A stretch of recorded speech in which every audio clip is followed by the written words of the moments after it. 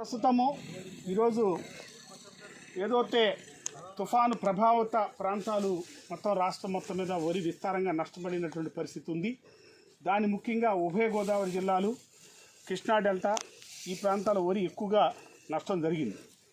ఈ నష్టం ఎంతవరకు జరిగింది, ఏ ఏ ప్రాంతాల్లో జరిగింది, వరి పంట ఏ ఏ దశల్లో ఉంది, అలాగే గాలి ఎంత వేగంగా వచ్చింది, వర్షం ఎంత పడింది, వీటన్ని యొక్క ప్రభావం ఈ వరి పంట మీద ఎంత ఉన్నది అన్నది విస్తృతంగా ఆచార్య ఎన్జీ రంగా వ్యవసాయ శాఖ సైంటిస్టులు అలాగే వ్యవసాయ శాఖ అధికారులు అందరం కలిపి నిన్నటి నుంచి మనం తిరుగుతున్నాం. దీనివల్ల ఏంటంటే ఈ క్షేత్ర ప్రదర్శనలో చూడటం వల్ల ఎంతవరకు నష్టం జరిగింది, ఏ పంట వల్ల రైతు దెబ్బతిన్నాడు, వివిధ పంటలు అది వరితో పాటు ఇతర పంటలకు కూడా ఎంత దెబ్బతిన్నదన్నది మనం చేసి గవర్నమెంట్కి ఒక నివేదిక ఇవ్వటం, దాని ద్వారా గవర్నమెంట్ తగిన చర్యలు తీసుకోవడం అనేది సాధారణంగా జరుగుతూ ఉంటుంది. ఈరోజు మనం లంకల కోడేరులో ఉన్నాం. మన పశ్చిమ గోదావరి లంకల కోడేరులో పాలకొల్లు దగ్గరగా. ఇక్కడ మీరు చూసినట్టయితే వరికి చాలా ప్రసిద్ధి చెందినటువంటి ప్రాంతం. అటు సార్వా దాడలో కూడా విస్తృతంగా వరి వేస్తున్నటువంటి పరిస్థితి ఉంది. ఇక్కడ సార్వా సీజన్లో మనకు 140 నుంచి 150 రోజులు కాలపరిమితి రకాలు వేస్తూ ఉంటారు. ఇక్కడ ముఖ్యంగా ఏంటంటే తుఫాన్లు కూడా ఎక్కువగా ప్రభావితం అవుతూ ఉంటాయి.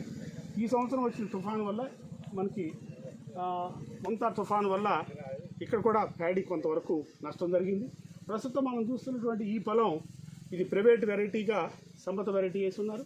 ఇది 140 రోజులు కాలపరిమితి, కానీ ప్రస్తుతం వచ్చిన తుఫాను వల్ల ఇది పడిపోవటం మనం చూస్తున్నాం.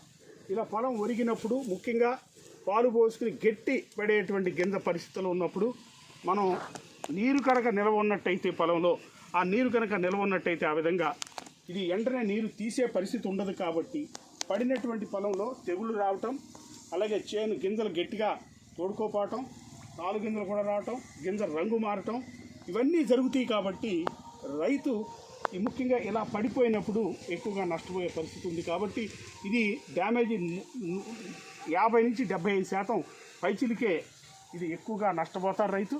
కాబట్టి ఇది వీళ్ళకి సూచనలు ఏమిటి అన్నప్పుడు వీళ్ళని త్వరగా మనం నీరు తీసేయమంటాం. తీసిన తర్వాత తెగుళ్ళు వ్యాప్తి చెందకుండా పొడ తెగుళ్ళు లాంటి వ్యాప్తి చెందకుండా దానికి సంబంధించినటువంటి మందులు పిచికారీ చేసుకుంటాం. అలాగే కొంచెం గింజ గట్టిపడేటప్పుడు మళ్ళీ అయినా వర్షాలు పడితే దాన్ని మొలకెత్తకుండా ఉప్పు ద్రావణం చేసుకోవటం.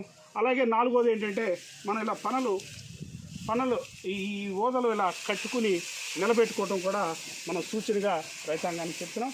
ఏదైనప్పటికీ ఎన్ని చేసినా ఇది వీరికి ఇక్కడ కొంత నష్టం పరిస్థితి మనకు స్పష్టంగా కనపడుతుంది. కాబట్టి ఈ రైతాంగానికి ముఖ్యంగా గోదావరి డెల్టా రైతాంగానికి, కృష్ణా డెల్టా రైతాంగానికి సూచన ఏంటంటే